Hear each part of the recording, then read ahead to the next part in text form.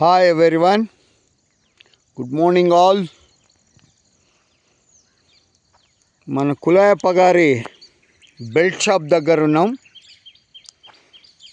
మన గవర్నమెంట్కి ఎట్లా బెల్ట్ షాప్స్ ఉంటాయో మన ఫారెస్ట్ కులాయప్ప గారికి ఇది బెల్ట్ షాప్. బెల్ట్ షాప్లు అంటే తెలియకుండా వాళ్ళు ఎవరు ఉండరు. ఓకే, ఇలా బెల్ట్ షాపులు నడుపుతూ ఉంటాడు మన కుంటి కులాయప్ప గారు. వారికి ఏం ప్రశస్తి ఇచ్చినా తక్కువే. ఎందుకంటే మడక్సిరాని కేల్కతం దుకాణం బంద్ చేసి వచ్చినాడు. ఇప్పుడు హిందూపూరు ఏరియాని నాశనం చేయడానికి రెడీ అయినాడు.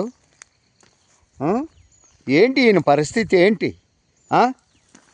ఎలా ఇస్తారండి ఉద్యోగాలు ఇలాంటి వాళ్ళకి? పోయి అడవులు రక్షించండి అంటే ఊర్లు నాశనం చేసేకి వస్తారు. చెట్లు కొట్టేకి, చెట్లు కొట్టించి ఇట్లా బొగ్గులు బెల్ట్ షాప్స్ పర్మిషన్లు ఇవ్వండి. వద్దనం, నథింగ్.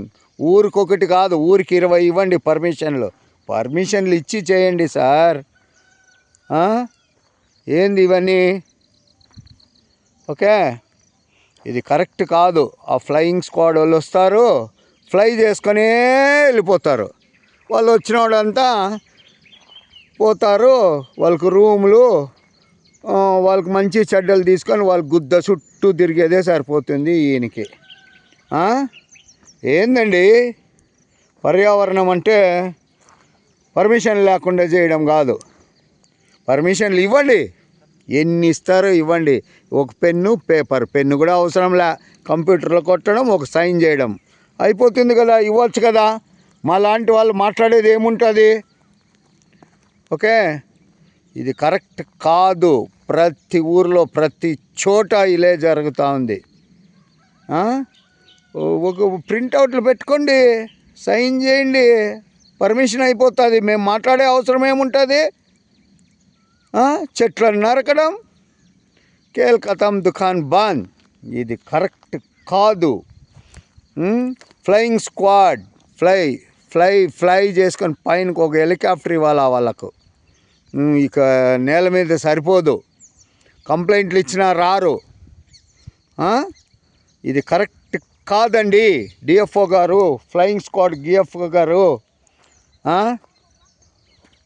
ఏందండి అరాచకాలు? వీటిని అరకట్టకపోతే నెక్స్ట్ జనరేషన్కి ఇదో ఈ కార్బన్ డైఆక్సైడ్ పీల్చుకొని సావాల. అదో చూడండి, ఇలాంటి చిన్నపిల్లలు వాళ్ళకి ఏం ఆన్సర్ ఇస్తారు నెక్స్ట్ జనరేషన్కి? చూడండి, ఈ చిన్న పిల్లలు వాళ్ళ ఆక్సిజన్ కాదండి, కార్బన్ డైఆక్సైడ్ను పీల్చుకొని బతికే మనుషులు తయారు చేయాలి. రోబోసే, ఇంకా మనుషులు ఉండాల్సిన పనిలే. Okay, thank you.